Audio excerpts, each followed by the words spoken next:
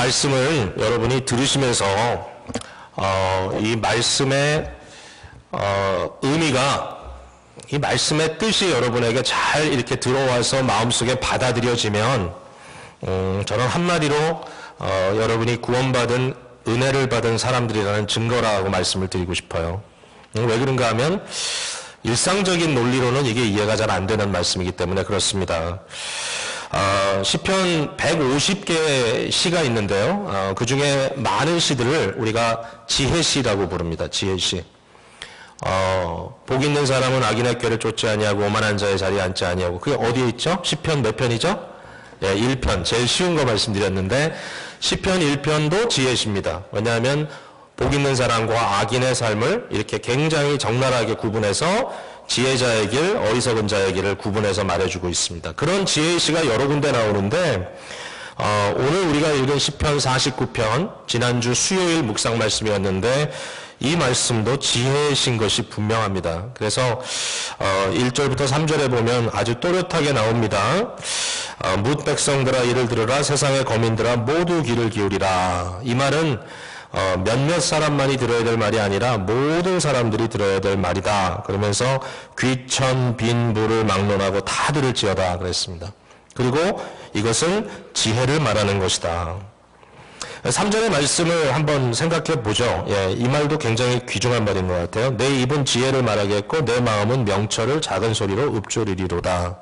이 굉장히 그 잠언적인 그러한 말인데요. 잠언은 생명의 근원이 마음에 있다고 얘기하죠. 그래서 마음의 샘에서부터 이 물이 솟아나온다. 근데 바로 그 말이에요. 여기 보면 하나님의 이 이해, 하나님의 뜻에 대한 명철, 이해, understanding 이렇게 영어로 써 있는데 하나님의 마음의 뜻을 이해하는 그것을 내 마음속에서 계속 묵상하면서 내 입으로는 지혜라고 하는 물이 쏟아져 나온다. 이제 이런 뜻이죠.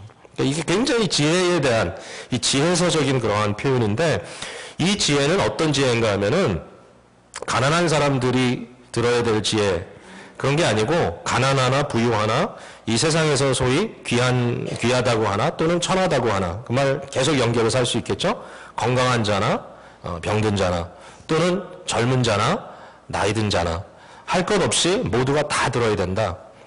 여러분 이 세상에는요 일정한 부류에 있는 사람들에게만 어필하는 그런 말이 있습니다. 뭐 좌파에게 들려야 되는 말, 우파에게 이해돼야 되는 말,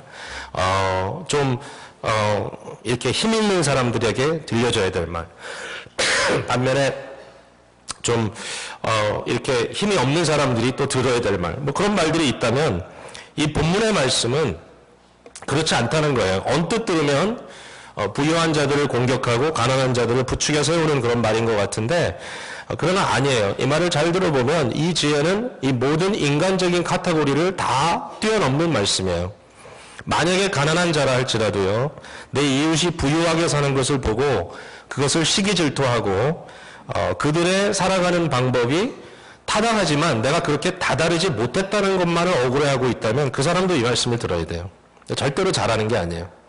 그러니까 이 말씀이 뭐 강자, 약자 구별되는 말이 아니라 모든 사람들이 동일하게 들어서 인간됨의 의미를 정확하게 파악하도록 하는 그런 말씀이라는 것이죠. 그러니까 인간으로서 하나님 창조주의 뜻에 따라 합당하게 살아가는 모습을 보여주기 위해서 쓰여져 있는 말씀입니다.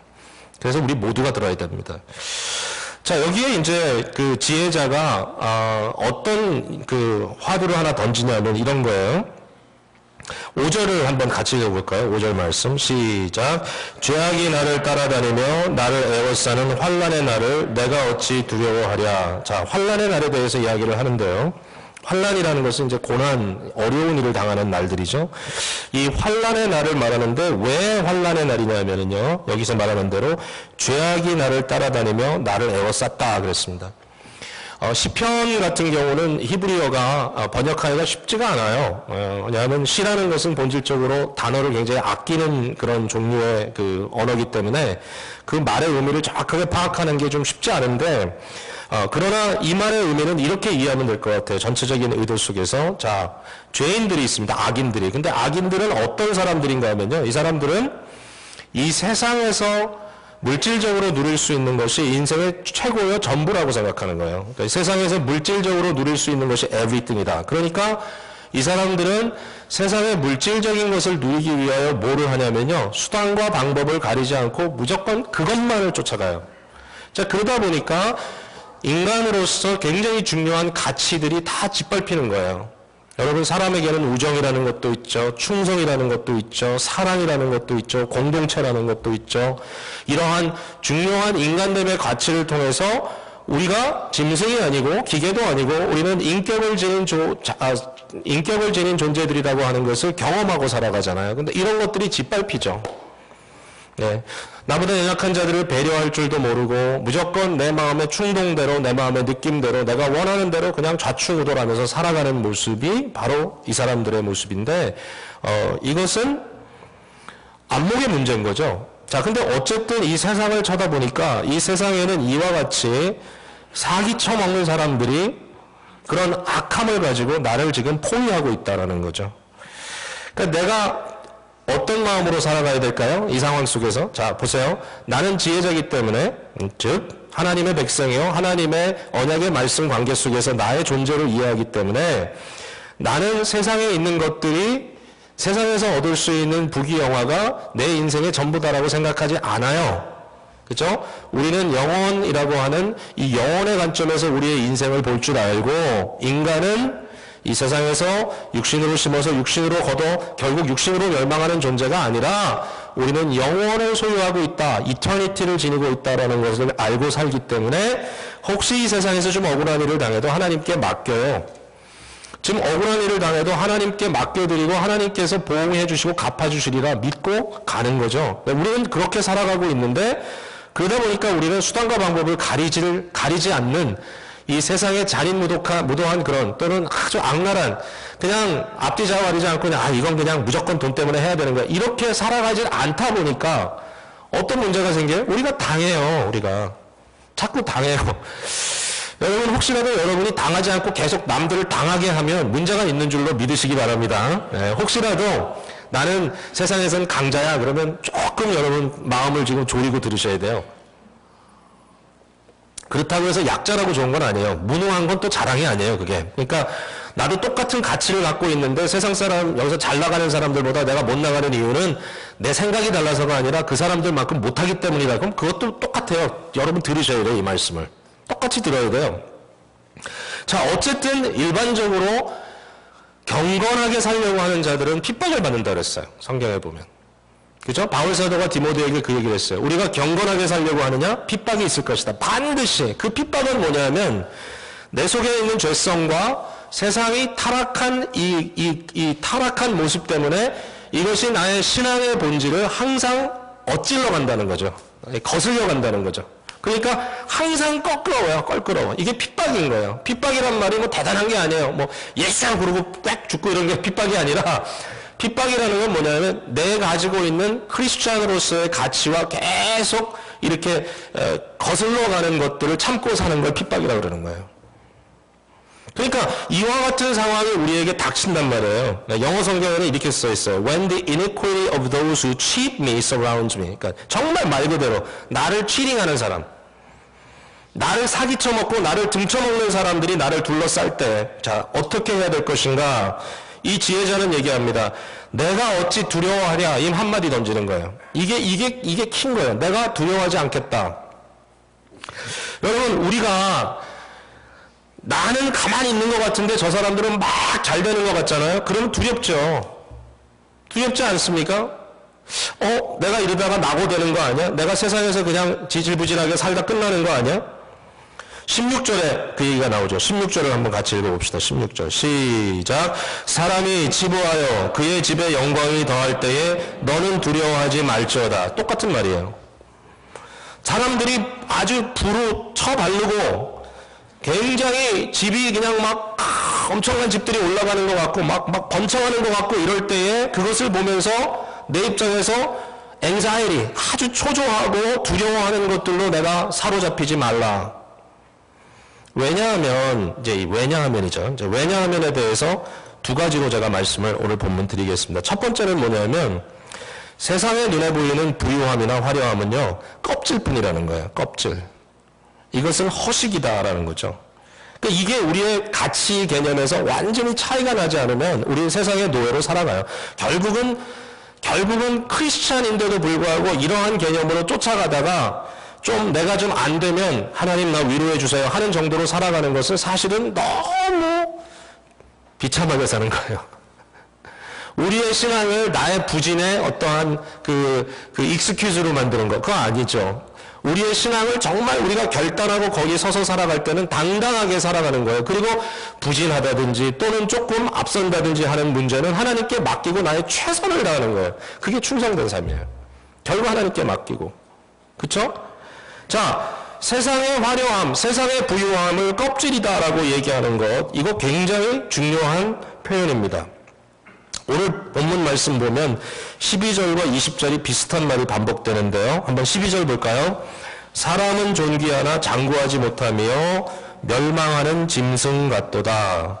여기에 사람은 존귀하나 라는 말은 사람의 가치가 존귀하다 이런 뜻이 아니고요. 이 번역을 약간 헷갈리게 했죠. 근데 여기에 존귀하다는 표현은 화려하다, 굉장히 사람의 눈에 보기에 훌륭해 보인다라는 그런 의미를 갖고 있어요. 그러니까 다시 말해서 이런 세상의 모든 것을 걸고 사는 사람들의 삶을 보니까 그들이 굉장히 화려한 포장을 하고 있지만 이런 뜻이에요.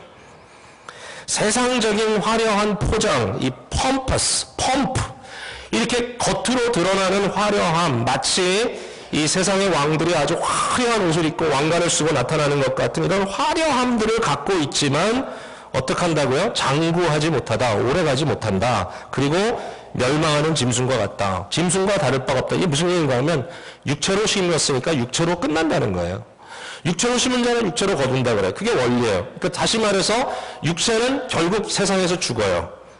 죽을 몸은 아무리 거기에다가 아무리 정성껏 심어도 결국 죽음으로 끝나요. 여기서 나중에 말하는 이 시올이라는 말은 무덤이란 뜻인데 결국 무덤으로 가서 맞춰요.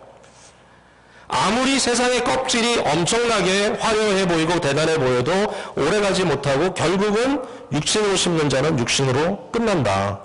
20절도 똑같아요. 존귀하나 겉으로는 화려하나 깨닫지 못하는 사람은 하나님의 말씀에 지혜가 없으면 멸망하는 짐승과 다를 바가 없다. 육신을 위하여 심었다가 육신을 위하여 죽는다.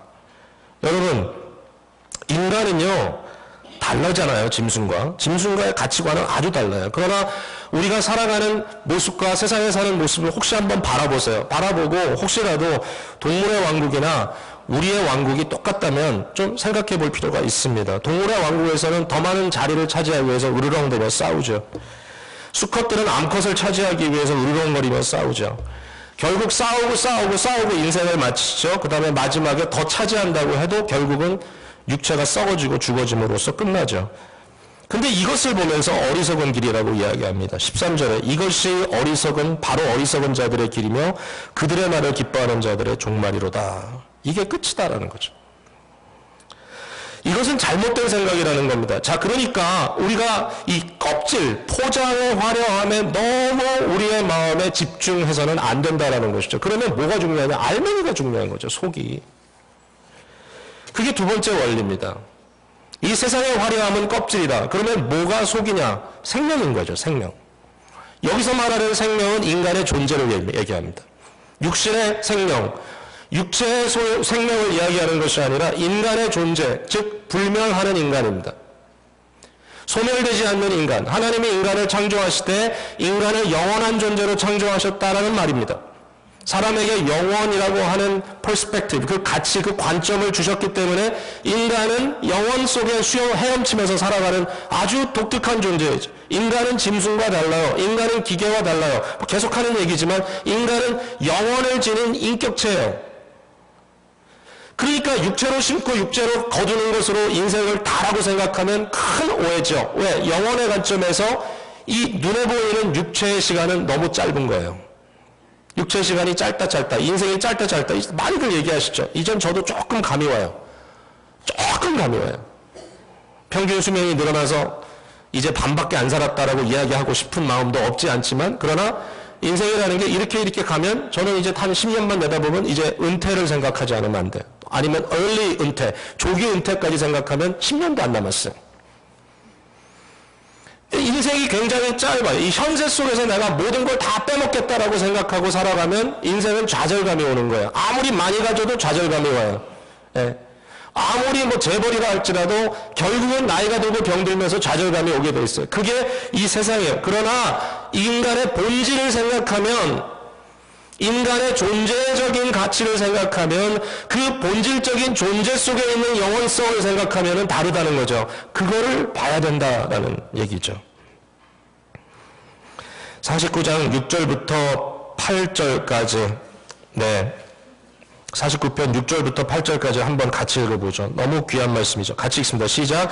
자기의 재물을 의지하고 부유함을 자랑하는 자는 아무도 자기의 형제를 구원하지 못하며 그를 위한 속전을 하나님께 바치지도 못할 것은 그들의 생명을 속량하는 것이 너무 엄청나서 영원히 마련하지 못할 것입니다. 이 말이 여기 있는 거 여러분 아셨어요? 세상의 재물을 의지하고 부유함을 자랑한다 할지라도 사람의 존재적인 가치, 생명을 사는 것은 돈으로는 불가능하다. 아무리 돈이 많아도 생명을 살 수는 없다. 이 세상에 아무리 부귀영화를 갖고 있어도 인간의 존재와는 바꿀 수가 없다. 인간의 생명을 물질과 바꾸겠다고 하는 것은 말이 안 됨에도 불구하고 오늘 이 시대는 사회가 너무 이 물질주의, 물질 문명에 빠져 있어가지고 그렇게 되는 것처럼 생각하는 경우들이 있어. 이전에도 얘기했지만 공산주의 사회 속에서 있는 법 중에 제일 저에게 두려움을 주는 법이 뭐냐면은 경제사범들, 경제적인 문제로 큰 사고를 친 사람을 사형으로 벌할 수 있다라는 거죠. 기독교적인 조그만 역량이라도 들어간 사회법은 그렇게 하지 못해요. 절대로 안 해요. 경제, 사법 물론 중요하죠. 돈 등쳐먹은 거 중요하죠. 아무리 경제적인 물질적인 범죄를 했다 할지라도 돈을 갚으라고 평생 얘기할 수는 있지만 그 사람의 목숨을 뺏어가면서 그 돈을 대신할 수는 없어요.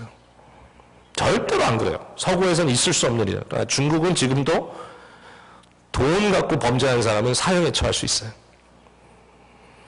여러분, 목숨을 대신할 수 있는 것은 뭐죠? 돈이 아니죠. 목숨을 대신할 수 있는 것은 뭐밖에 없죠?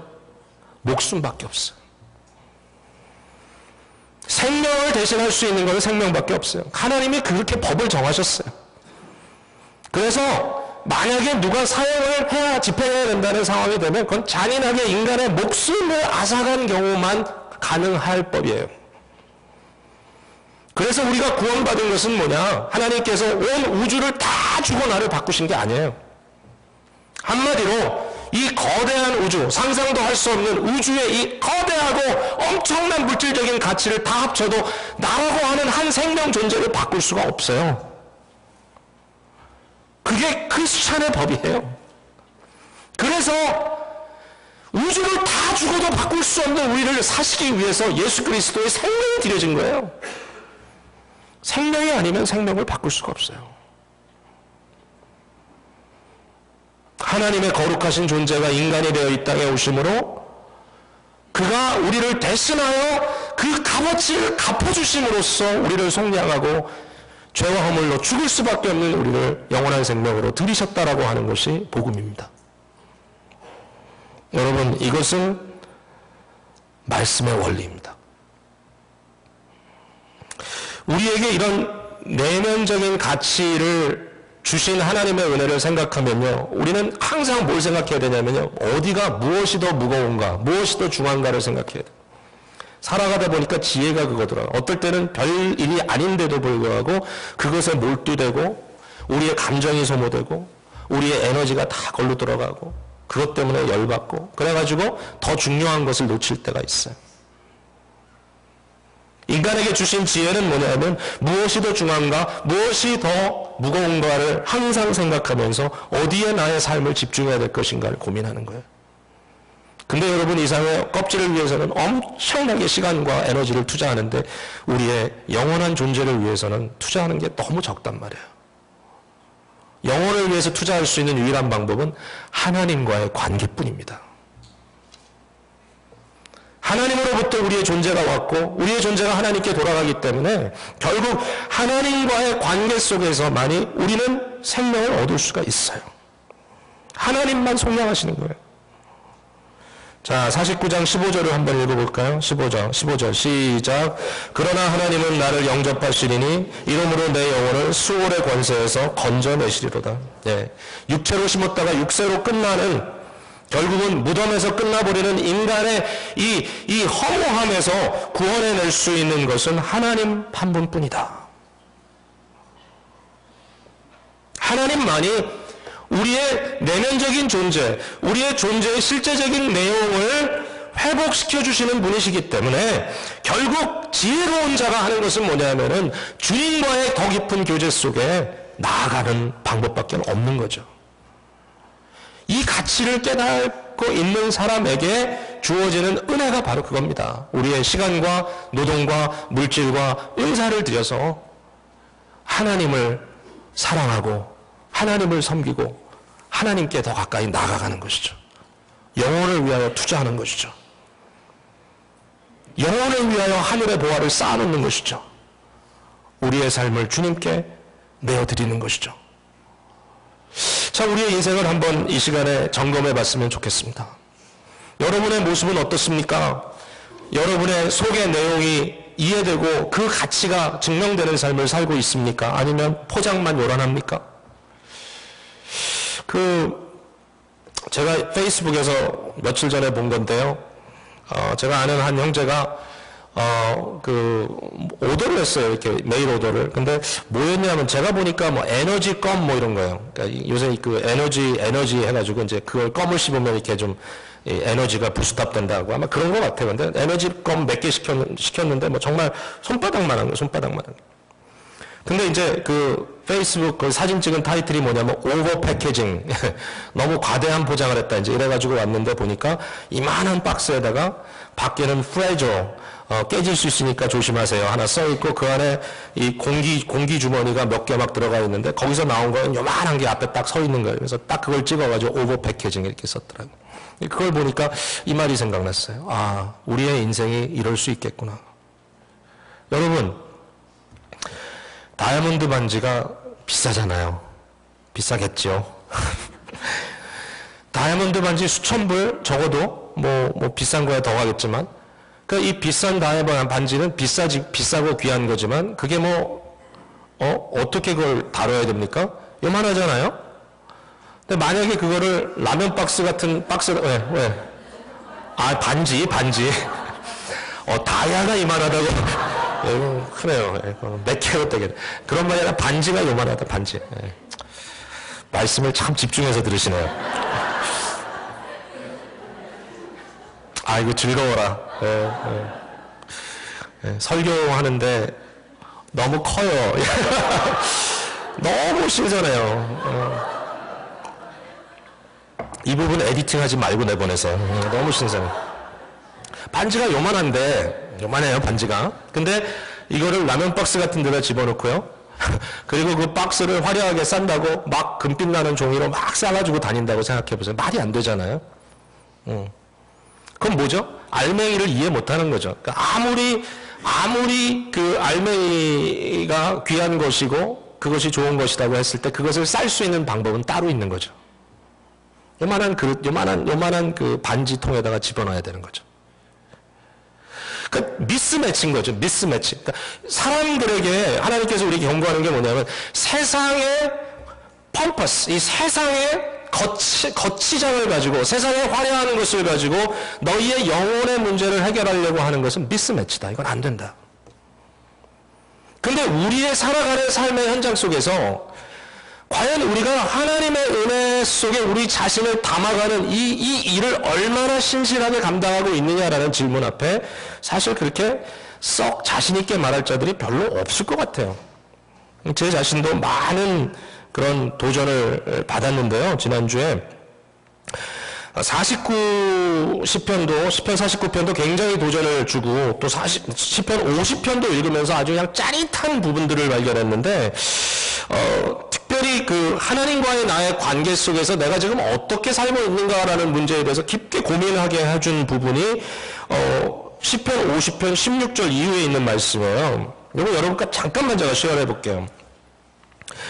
악인에게는 하나님이 이르시되, 지금 악인에게 하나님 말씀하시는데요. 여러분, 악인과 죄인은 구별됩니다. 성경에서. 죄인은 sinner. 이 죄인들은 우리 다 죄인이에요. 죄를 다 갖고 있기 때문에. 타락한 세상에 살고 있는 우리 모두 다 죄인인데, 악인이라는 말은 단순히 우리가 죄인이란 말이 아니라 하나님을 향한 우리의 마음이 꼬여있다는 뜻이에요. 악인은. wicked이에요. wicked. 그냥 sinner가 아니라 wicked. 이 악인을 향하여 하나님께서 말씀하시는데 놀라지 마세요. 네가 어찌하여 내 율례를 전하며 내 언약을 내 입에 두느냐 그랬어요.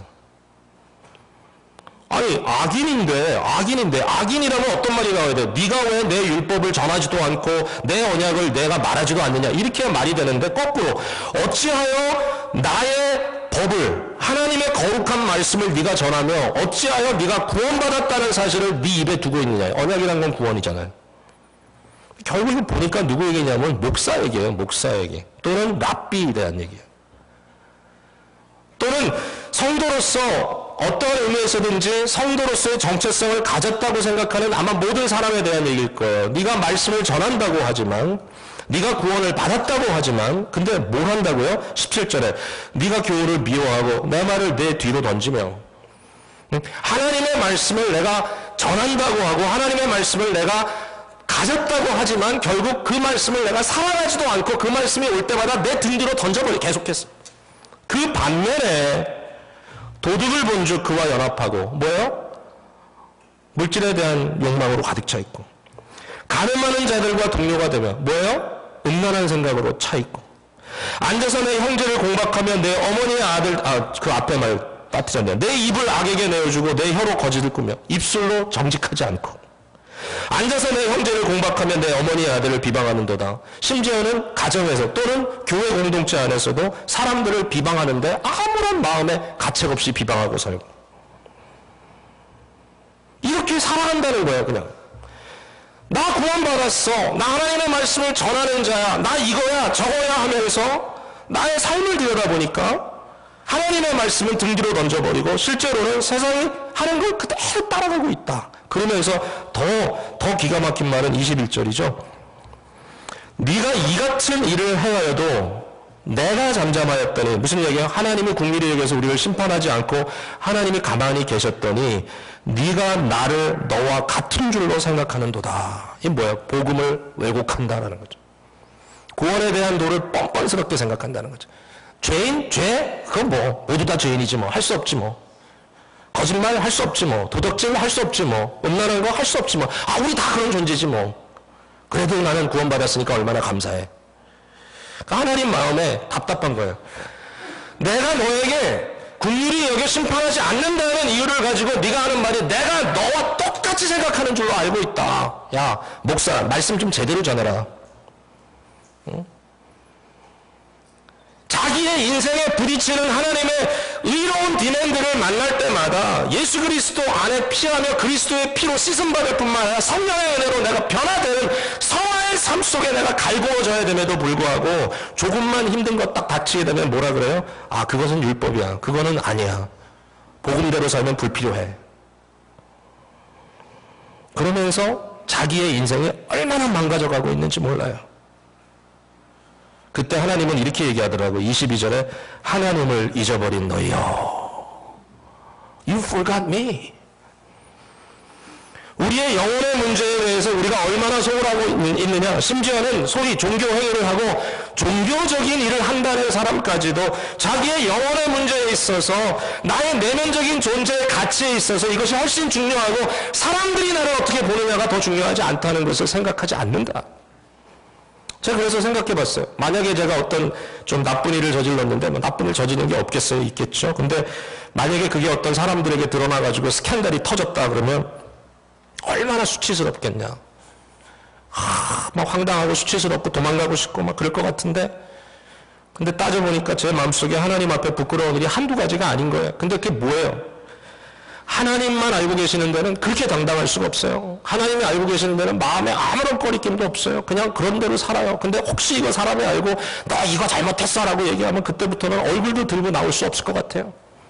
결국 제 마음속에 깨달음이 왔어요. 너는 하나님을 두려워하지 않고 사람을 두려워하고 있구나. 아직도.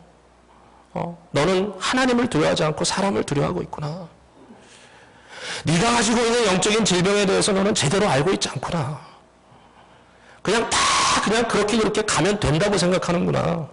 그러면서 현세 속에 나의 영을 위하여, 성령을 위하여, 내 존재의 가치를 위하여 심지 아니하고 육체를 위하여 심고 결국 육체로 거두고 말겠구나.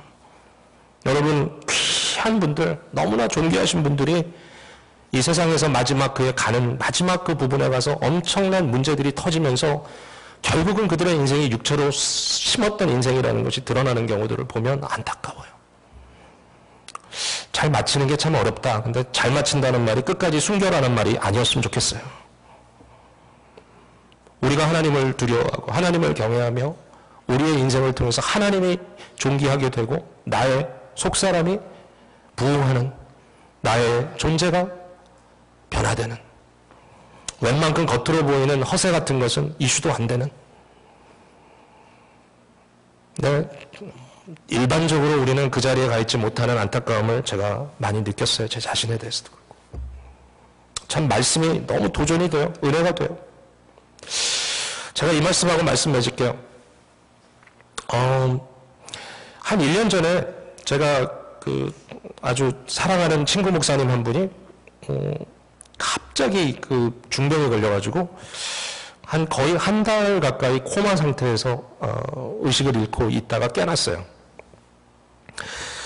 정확한 내용을 몰랐어요. 그렇게 됐다는 얘기만 듣고 굉장히 막 안타까웠는데, 이제 나중에 이제 결국은 다시 깨어나고, 근데 얘기를 들었더니 이게 이제 폐혈증이라는데, 폐혈증으로 병원에 들어갔다가 나오는 케이스는 꽤 많지가 않대요. 거의 다 죽는데요.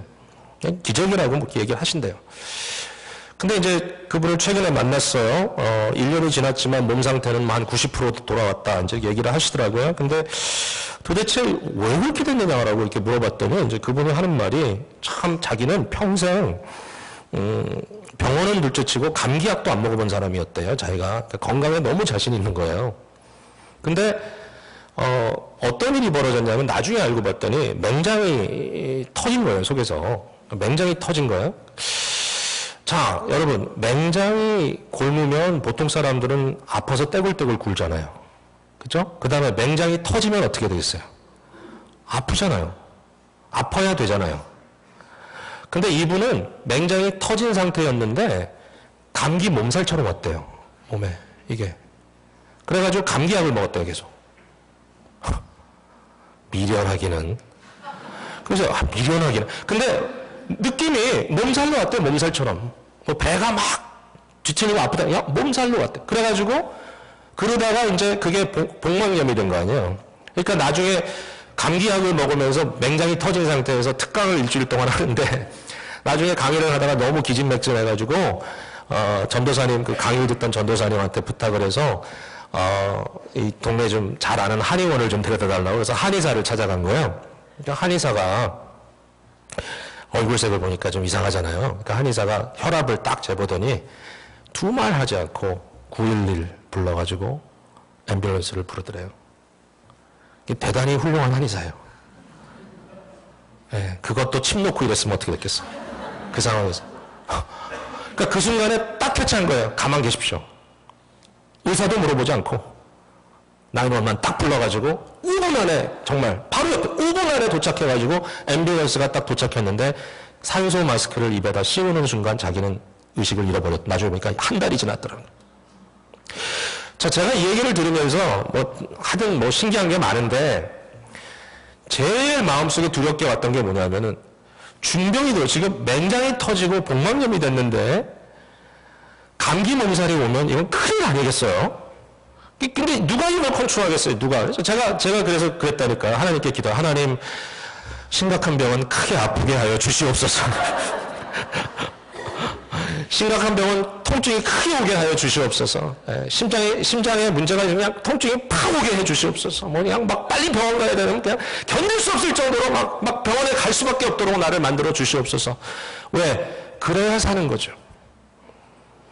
근데 영혼의 문제도 같다고 생각해요. 영혼의 문제도요, 우리가 영혼의 질병에 빠져 있고, 영혼의 잠에 빠져 있고, 영적으로 내가 심각한 문제에 빠져 있는데도 통증이 없으니까 어떻게 해요? 그냥 그렇게 가다가 나중에 인생을 마치고 돌아가시는 그 관 안에 모셔놓고,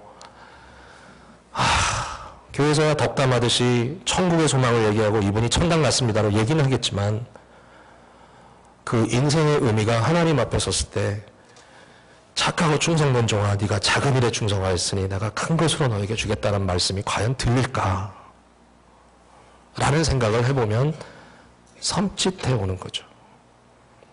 오늘 저희들이 얼마나 영적으로 성장하고 터프해져야 되는지를 한번 깊이 고민하시고 이 문제 앞에 정신이 바짝 들고 영적으로 깨어나는 저와 여러분 되기를 주님의 이름으로 축복드립니다. 기도하겠습니다. 자, 오늘 말씀을 듣고요. 내가 정말 포장만 하고 살았구나라는 생각이 드시면 잘 들으신 거예요. 예, 그리고 기도하는 중에 하나님의 응답을 이 시간에 좀 받으시길 바랍니다. 주여 내 마음의 병을 진단하게 하시고 말씀으로부터 멀어져 있고 기도로부터 멀어져 있고 공동체로부터 멀어져 있고 인간의 인간적인 가치들로부터 멀어져 있고 그냥 육신의 쾌락과 안정과 평안과 내 자존감의 만족을 위해서 크레이빙하는 것으로만 살았던 나의 인생을 비록 경건하게 살기 위하여 핍박을 당한다 할지라도 내 결이 이렇게 거슬러가는 일들이 나에게 있다 할지라도 이것이 옳은 것이기 때문에 그렇게 애쓰고 수고하고 땀 흘리고 피 흘리고 투쟁하고 결단하고 하는 그런 일들이 내 안에서 일어날 수 있도록 주님 앞에 나가게 되기를 기도하셨으면 좋겠습니다. 오늘 깨닫게 되시는 부분 있는 만큼 짧은 시간이지만 주님 앞에 내놓고 기도하시는 여러분들 되시기를 바랍니다. 기도하겠습니다.